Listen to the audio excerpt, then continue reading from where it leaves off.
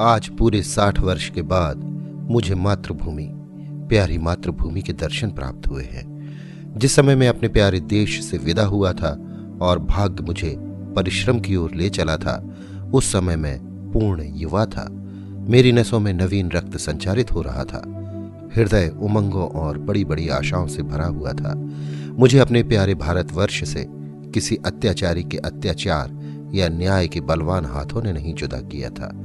अत्याचारी के अत्याचार और कानून की कठोरताएं मुझसे जो चाहे सो करा सकती हैं, मगर मेरी प्यारी मातृभूमि मुझसे नहीं छुड़ा सकती।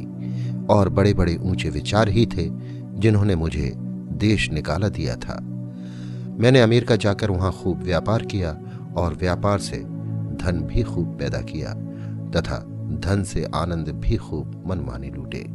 सौभाग्य से पत्नी भी ऐसी मिली जो सौंदर्य में अपनी सानी आप ही थी। उसकी लावण्यता और सुंदरता की ख्याति तमाम अमेरिका में फैली। उसके हृदय में ऐसे विचार की गुंजाइश भी न थी जिसका संबंध मुझसे न हो। मैं उस पर तन मन से आसक्त था और वो मेरी सर्वस्व थी। मेरे 5 पुत्र थे जो सुंदर, हष्टपुष्ट और ईमानदार थे। उन्होंने व्यापार को और भी चमका दिया था। मेरे भोले भाले नन्हे नन्हे पौत्र गोद में बैठे हुए थे, जबकि मैंने प्यारी मातृभूमि के अंतिम दर्शन करने को अपने पैर उठाए। मैंने अनंत धन, प्रियतमा पत्नी, सपूत बेटे और प्यारे प्यारे जिगर के टुकड़े, नन्हे नन्हे बच्चे आदि अमूल्य पदार्थ केवल इसलिए परित्याग कर दिए कि मैं प्यारी भारत जननी का अंतिम दर्शन कर लूं। मैं बहुत बूढ़ा हो गया हूं। 10 वर्ष के बाद पूरे 100 वर्ष का हो जाऊंगा। अब मेरे हृदय में केवल एक ही अभिलाषा बाकी है कि मैं अपनी मातृभूमि का रजगण बनूं। यह अभिलाषा कुछ आज ही मेरे मन में उत्पन्न नहीं हुई, बल्कि उस समय भी थी जब मेरी प्यारी पत्नी अपनी मधुर बातों और कोमल कटाक्षों से मेरे हृदय को प्रफुल्लित किया करती थी।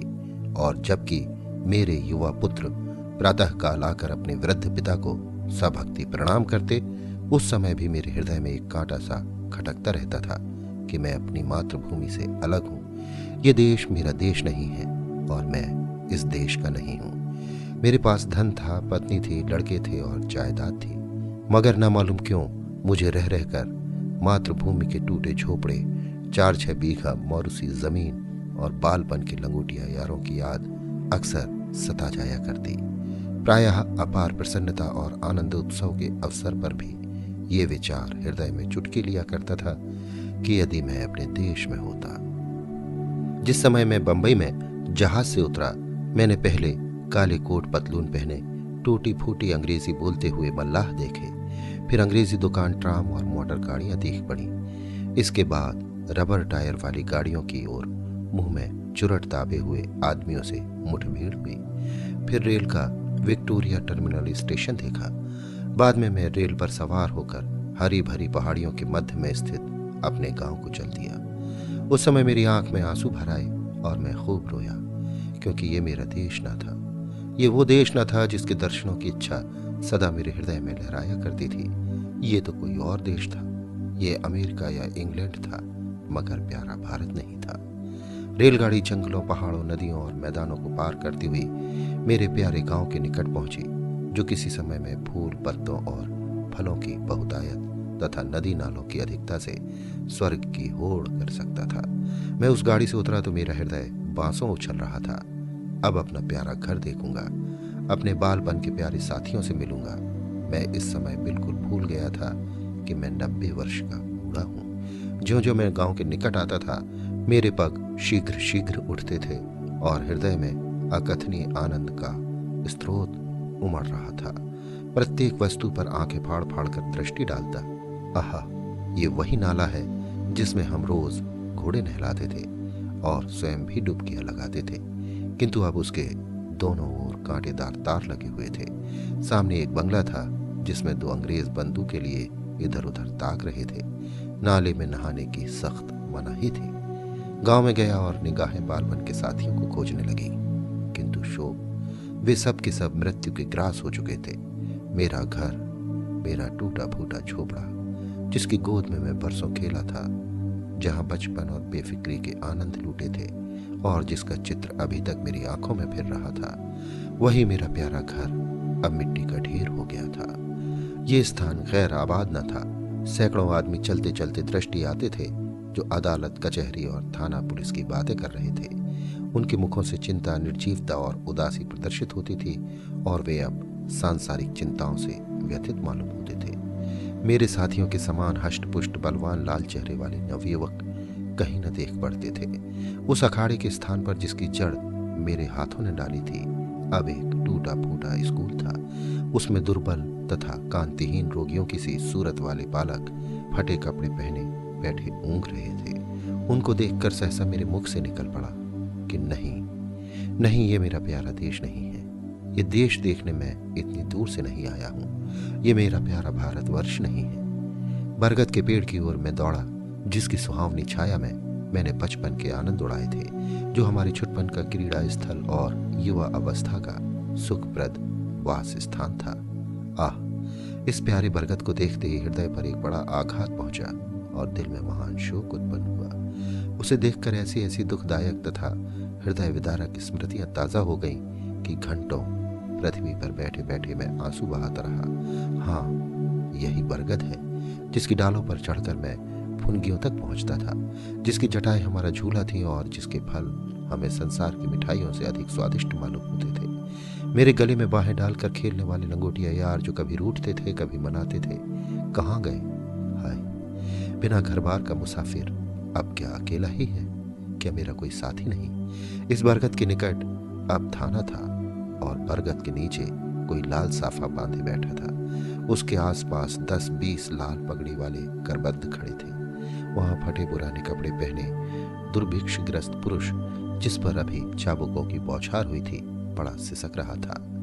मुझे ध्यान आया कि ये मेरा प्यारा देश नहीं है, कोई और देश है। ये यूरोप है, अमेरिका है, मगर मेरी प्यारी मातृभूमि नहीं है, कदापि नहीं है। इधर से निराश होकर मैं चौपाल की ओर चला, जहां शाम के वक्त पिताजी गांव के अन्य बुजुर्गों के साथ हुक्का पीते और हंसी कह कहे उड़ाते थे। हम भी उस टाट के बिछौने पर कलाबाजियां खाया करते थे। कभी कभी वहां पंचायत भी बैठती थी, जिसके सरपंच सदा पिताजी ही हुआ करते थे। इसी चौपाल के पास एक गौशाला थी, जहां गांव भर की गाय रखी जाती थी और बछड़ों के साथ हम यहीं किलोले किया करते थे। शोक कि अब उस चौपाल का पता तक न था। वहां अब गांव में टीका लगाने की चौकी और डाकखाना था। उस समय इसी चौपाल से लगा एक कोल्हावाड़ा था, जहां जाड़े के दिनों में ईख पेरी जाती थी और गुड़ की सुगंध से मस्तिष्क पूर्ण हो जाता था। हम और हमारे साथी वहां गणरियों के लिए बैठे रहते और गणरिया करने वाले मजदूरों के हस्तलाघव को देखकर आश्चर्य किया करते थे। वहां हजारों बार मैंने कच्चा रस और पक्का दूध मिलाकर पिया था, और वहां आसपास के घरों की स्त्रियां और बालक अपने अपने घड़े लेकर आते थे और उनमें रस भरकर ले जाते थे। शोक है कि वे कोल्हू अब तक ज्यों के त्यों खड़े थे, किंतु कोलवाड़े की जगह अब एक सन लपेटने वाली मशीन लगी थी और उसके सामने एक तंबोली और सिगरेट वाले की दुकान थी। इन हृदय विदारक दृश्यों को देखकर मैंने दुखित हृदय से एक आदमी से, जो देखने में सभ्य मालूम होता था, पूछा, महाशय, मैं एक परदेशी यात्री हूँ, रात भर लेट रहने की मुझे आज्ञा दीजिएगा। इस आदमी ने मुझे सिर से पैर तक गहरी दृष्टि से देखा और कहने लगा कि आगे जाओ, यहाँ जगह नहीं है। मैं आगे गया और वहां से भी यही उत्तर मिला, आगे जाओ। 5वीं बार एक सज्जन से स्थान मांगने पर उन्होंने एक मुट्ठी चने मेरे हाथ पर रख दिए। चने मेरे हाथ से छूट पड़े और नेत्रों से अविरल अश्रुधारा बहने लगी। मुख से सहसा निकल पड़ा कि हाय, ये मेरा देश नहीं है, ये कोई और देश है। ये हमारा अतिथि सत्कारी प्यारा भारत नहीं है, कदापि नहीं। मैंने एक सिगरेट की डिबिया खरीदी और एक सुनसान जगह पर बैठकर सिगरेट पीते हुए पूर्व समय की याद करने लगा कि अचानक मुझे धर्मशाला का स्मरण हो आया, जो मेरे विदेश जाते समय बन रही थी।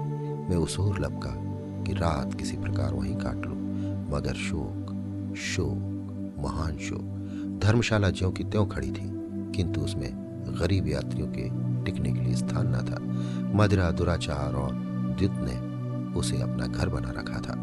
ये दशा देखकर विवशतः मेरे हृदय से एक सर्द आह निकल पड़ी और मैं जोर से चिल्ला उठा कि नहीं, नहीं, नहीं और 1000 बार नहीं है।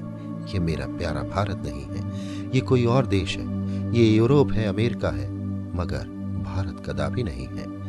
अंधेरी रात थी। गीदड़ और कुत्ते अपना कर्कश स्वर में उच्चारण कर रहे थे। मैं अपना दुखित हृदय लेकर उसी नाले के किनारे जाकर बैठ गया और सोचने लगा, अब क्या करूं? फिर अपने पुत्रों के पास लौट जाऊं और अपना ये शरीर अमेरिका की मिट्टी में मिलाऊं। अब तक मेरी मातृभूमि थी। मैं विदेश में जरूर था, किंतु मुझे अपने प्यारे देश की याद बनी थी। पर अब मैं देश विहीन हूं, मेरा कोई देश नहीं है। इसी सोच विचार में मैं बहुत देर तक घुटनों पर सिर रखे मौन रहा। रात्रि नेत्रों में व्यतीत की। घंटे वाले ने 3 बजाए और किसी के गाने का शब्द कानों में आया। हृदय गदगद हो गया कि ये तो देश का ही राग है, ये तो मातृभूमि का ही स्वर है।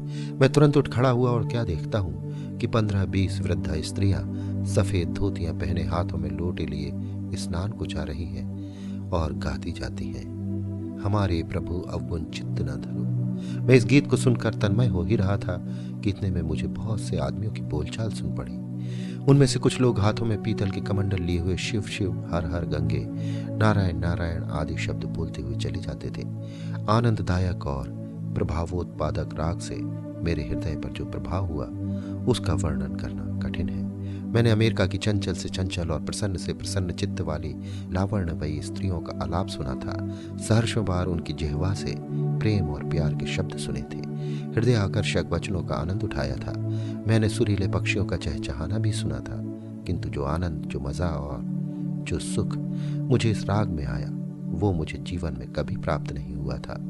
मैंने खुद गुनगुना कर गाया, हमारे प्रभु अवगुण चित्त न धरो। मेरे हृदय में फिर उत्साह आया कि ये तो मेरे प्यारे देश की ही बातें हैं। आनंद अतिरेक से मेरा हृदय आनंदमय हो गया। मैं भी इन आदमियों के साथ हो लिया और 6 मील तक पहाड़ी मार्ग पार करके उसी नदी के किनारे पहुंचा जिसका नाम पतित पावनी है, जिसकी लहरों में डुबकी लगाना और जिसकी गोद में मरना प्रत्येक हिंदू अपना परम सौभाग्य समझता है।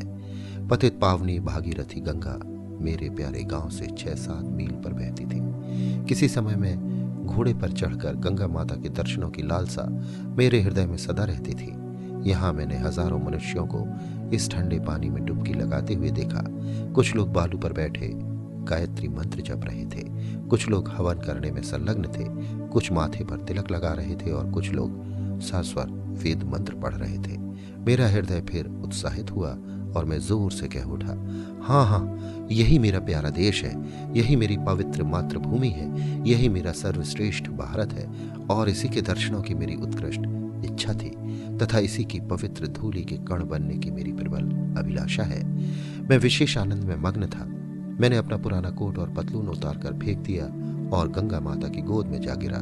जैसे कोई भोला भाला बालक दिन भर निर्दय लोगों के साथ रहने के बाद संध्या को अपनी प्यारी माता की गोद में दौड़कर चला आए और उसकी छाती से चिपट जाए। हाँ, अब मैं अपने देश में हूँ। ये मेरी प्यारी मातृभूमि है, ये लोग मेरे भाई हैं और गंगा मेरी माता है। मैंने ठीक गंगा किनारे एक छोटी सी कुटी बनवा ली है। अब मुझे सिवा राम राम जपने के और कोई काम नहीं है। मैं नित्य प्रातः साय गंगा स्नान करता हूँ और मेरी प्रबल इच्छा है कि इसी स्थान पर मेरे प्राण निकले और मेरी अस्थियां गंगा माता की लहरों की भेंट हो। मेरी स्त्री और मेरे पुत्र बार बार बुलाते हैं, मगर अब मैं ये गंगा माता का तट और अपना प्यारा देश छोड़कर वहां नहीं जा सकता। अपनी मिट्टी गंगा जी को ही सौंपूंगा। अब संसार की कोई आकांक्षा मुझे इस स्थान से नहीं हटा सकती, क्योंकि ये मेरा प्यारा देश और यही प्यारी मातृभूमि है। बस मेरी उत्कट इच्छा यही है कि मैं अपनी प्यारी मातृभूमि में ही अपने प्राण विसर्जन करूं।